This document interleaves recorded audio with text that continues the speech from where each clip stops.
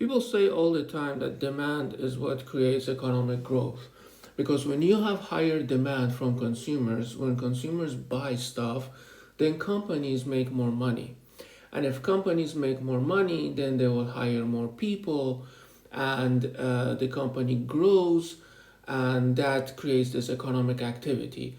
And if demand collapses, if people stop buying stuff, then the entire economy collapses with it. Now, is this idea true? Well, you just think about it. If it is true, then it's very easy to have economic growth, right? Then you just stop what you're doing right now. I'll just stop recording this video. I'll just stop writing books and working all together. You do the same, and we'll just go out and buy stuff.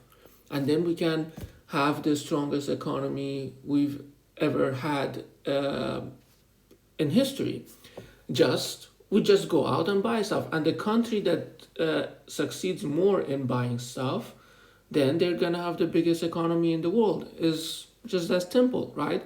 And by the way, we're gonna get all this money to buy all this stuff. Well, the central bank can just print it. The central bank can just print a lot of money. They can give it to us, but that's fine. It's not going to create inflation because we're just going to take that money and just buy stuff all day. That will be our full-time job. We'll just go out, buy everything that we can, and we'll use this printed money. And then companies make more money, so now they hire more people to produce more stuff. And we can have economic growth from here to eternity. That's one way to do it.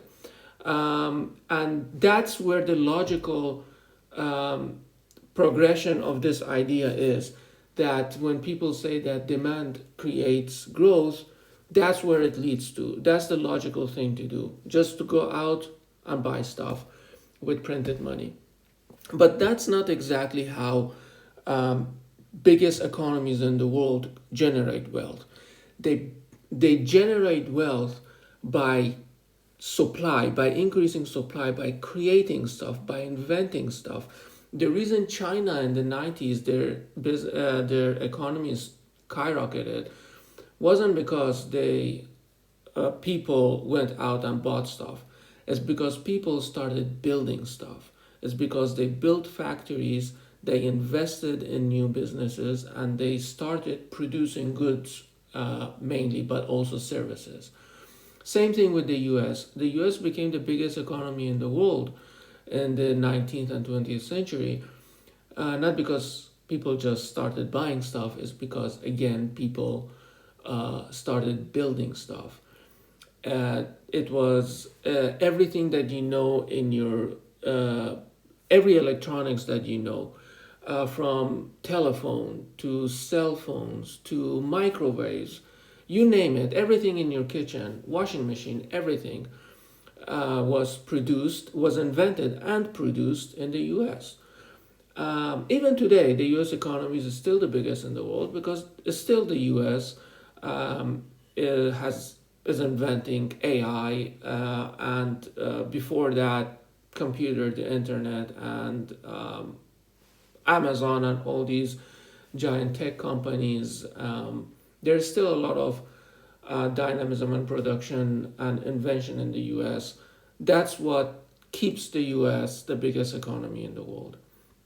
It's not that people are buying stuff. It's not that people in the economy are buying stuff. That is a part of the economy, but the main driving is to be able to produce stuff, to invent stuff.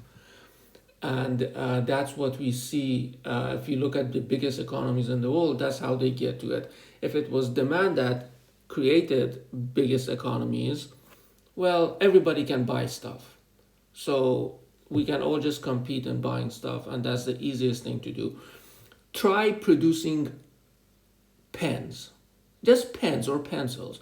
Try to produce 5 pencils per day. Just try doing that. See how it's going to be. And then try to buy 5 pencils. Everybody can just go out and buy 5 pencils. Try to produce 5 pencils. And you'll know why the biggest economies are the biggest.